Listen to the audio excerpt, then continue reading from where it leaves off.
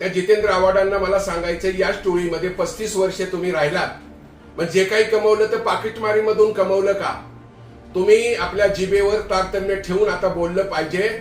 तुम्ही जुने जाणते नेते आहात आणि तुम्हाला जर असंच वाटत असेल तर मग तुम्ही काम करताय ती कोणती टोळी आहे? ती पण पवारच आहेत ना. मग अशा पाकिटमारांच्या टोळ्यामध्ये तुम्ही राहू नका. तुम्ही राजीनामा द्या. पवार साहेब पण पवारच आहेत ना.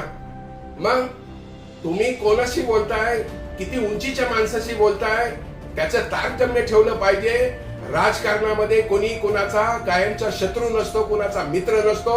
हे तुम्हाला चांगलं माहित असताना तुम्ही जे वक्तव्य करताय हे त्याचा आम्ही जाहीर निषेध करतो.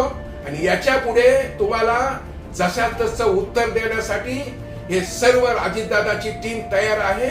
तुम्ही तारतम्य बाळगून पुढची उत्तरं द्या.